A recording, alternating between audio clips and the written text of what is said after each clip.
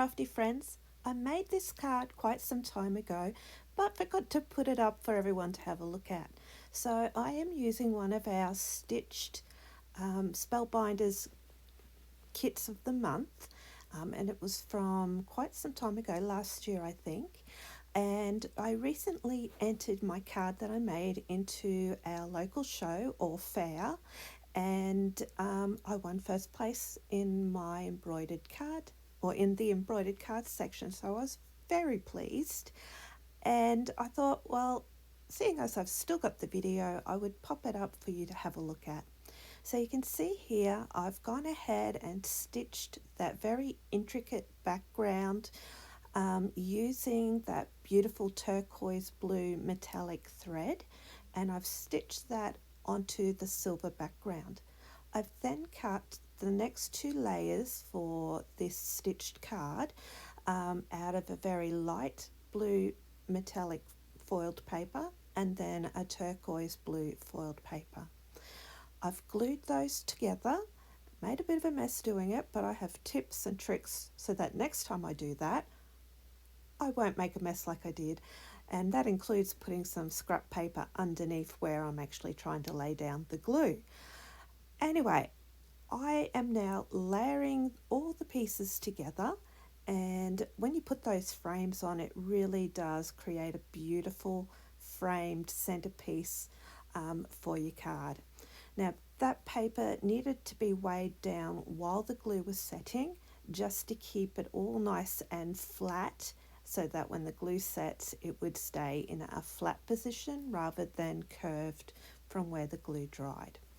Now I'm putting together the very intricate and a little bit fiddly die cut borders there, and you can see again I've cut them out of the same metallic paper. Then for the sentiment, I've taken the a mix of different sets that came as one of our kits of the month, and I've cut shadow pieces out of a aqua blue coloured cardstock, and I've layered those up so that there's a little bit of dimension. And then for the top layer, I've gone ahead and cut the very intricate words out of silver foil.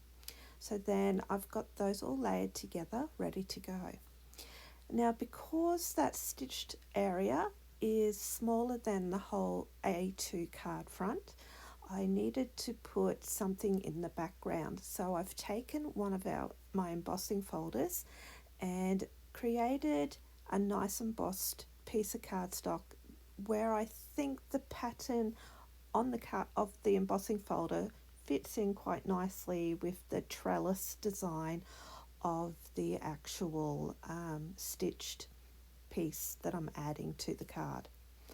So I've got all my pieces here. Now I'm just working out how to position each of them and center those in the middle, but I want to make sure I get those border pieces nice and even and straight, because if I get those bits wrong, I'm then going to have every other piece that I need to glue onto the card crooked, and ideally I would like to have it straight. So I'm taking my time, getting my T-square and lining up with the measurements on the ruler to make sure I'm starting the borders at the same position, and then I can go ahead and pop up with some foam tape that stitched panel.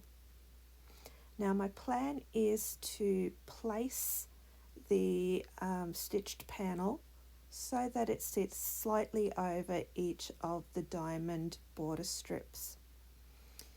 So I'm going ahead, trying best I can to evenly place that on there. And the problem with that foam tape is once it's down, it's very sticky and it can be very difficult to reposition.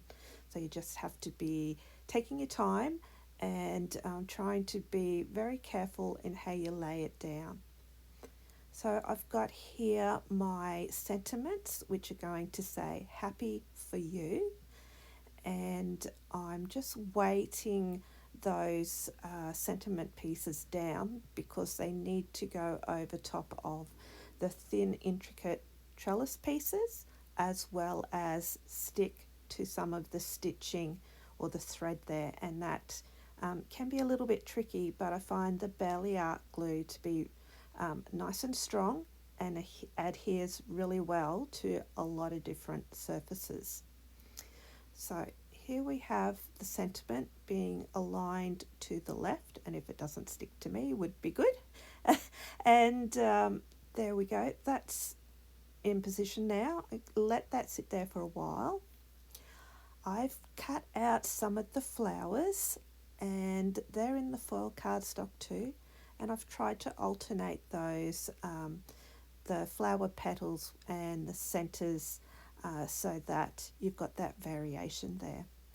So I'm going to bring in different sizes in those flowers, and I'm making an arrangement at the top left of the card, and just making sure that I've got glue in the right places on those flowers so that they actually are going to attach to the frame and card itself so that they're nice and secure. I have popped some foam tape under some of those flowers to make sure they're going to sit nice and proud from the card front, but on the same sort of dimension as our foam taped stitched panel. I've popped a single flower in the top right hand side, and I'm just trying now to create balance on the card because we've got a lot of emphasis on the left side of the card with the sentiment. I now want to also add some of that balance by putting flowers down on the bottom right side of the card as well. And that just helps the eye travel across the card so you can see everything that is layered on there. And now I've got silver leaves that I'm going to come in and add a little bit of decoration to the flowers, not too many,